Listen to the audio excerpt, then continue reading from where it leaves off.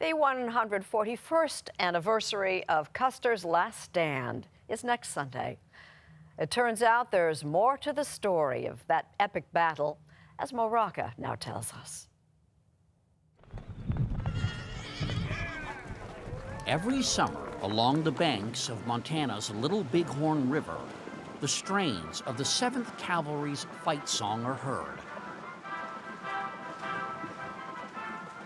As Colonel George Armstrong Custer leads a bold charge on an Indian encampment, reenacting the battle that took place here on June 25, 1876.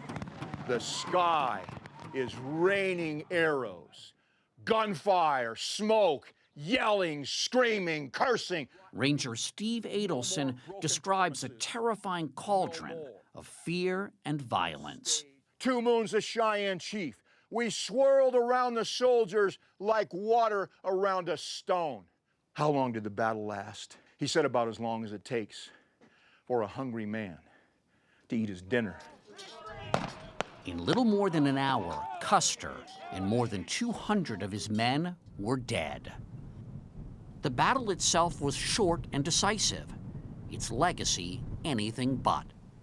And the man at the center, says historian Nathaniel Philbrick, is as fiercely debated as ever. Custer is a lightning rod. He's one of those guys at the time he was living. People either loved him, worshiped him, or despised him, thought he was a fool. I think he was always reckless, but I think he was lucky, and his luck ran out right here. So you think Custer just rushed in? Yeah, he thought we were going to leave, you know? But little did he know he was entering the biggest encampment in Indian country. Even though he captured more battle flags, more for Confederate prisoners than any other officer during the war, the single day of his life, the last day, is what he's remembered for. And how that day and Custer are remembered has changed over time. When I was a kid, he was the hero, because I had seen they died with their boots on. Heroic betrayal. Then I think I was a freshman in high school, and I saw a Little Big Man. Sound the charge! Custer is the deranged maniac, a caricature almost of a Vietnam-era imperialist. As a youth, Custer didn't seem destined for greatness. He finished last in his class at West Point? Yes, and he knows how to play the game of how bad can I behave and not get kicked out. And so for him, he was playing that line. Who finished first in his class? Exactly. There Who you cares? go. But Custer's bravery in battle was unquestioned. A brigadier general for the Union Army at 23, he became a Civil War hero. And at Gettysburg, he has his horse shot from underneath him? Yeah, it was looking like the Confederates just might pull it off. The only person between them and that fate was Custer. And Custer and his Wolverines, the Michiganders, unleashed an incredible charge. Is he an adrenaline junkie? Custer loved the thrill of anything, and there was nothing more thrilling than being in battle. Except perhaps dressing up in black velvet uniforms adorned with gold braid. There are more pictures of Custer than any figure at that time. He's so vain, and he knows how to work the camera. I mean, this is the social media of its day. He would have been a monster on Instagram. And yes, Instagram, and he could have done pretty well on Twitter, too. But by 1876, the Custer luster had faded. A military victory out west could restore some of that shine. He's 36. He's towards the end of his career. He's been dabbling in the stock market, silver mines, losing his shirt. He's got hopes of a lecture tour if he can come back a hero. He's desperate.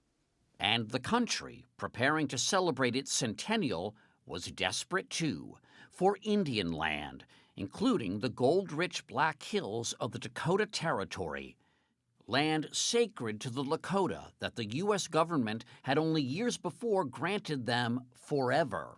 The stakes were literally life and death for the Lakota. Their buffalo population upon which they depended had been decimated. The last remaining significant herd was in Montana, and that's why the Battle of Little Bighorn would be fought in that location. The story you're going to hear is the Indian version of the Battle of the Little Bighorn. Part of the battle took place on land owned today by brothers Jim and Henry Reelbird. We just swam along the river, and then we would find bullets and shell casings. That's from the battle. Their family has staged the annual reenactment for 26 years now. How was the battle taught in school when you were growing up? Just mentioned briefly in the encyclopedia like that, and that's all there was to it. What we do know is that Custer met his match in Chief Sitting Bull. 45 years old, too old to fight, but not to lead. He exhorts the warriors on. Brave up! Brave up! Strong hearts to the front, cowards to the rear. Holka hey! It's a good day to die. On that late June morning, Custer was undaunted by reports that his men were outnumbered by the Indians.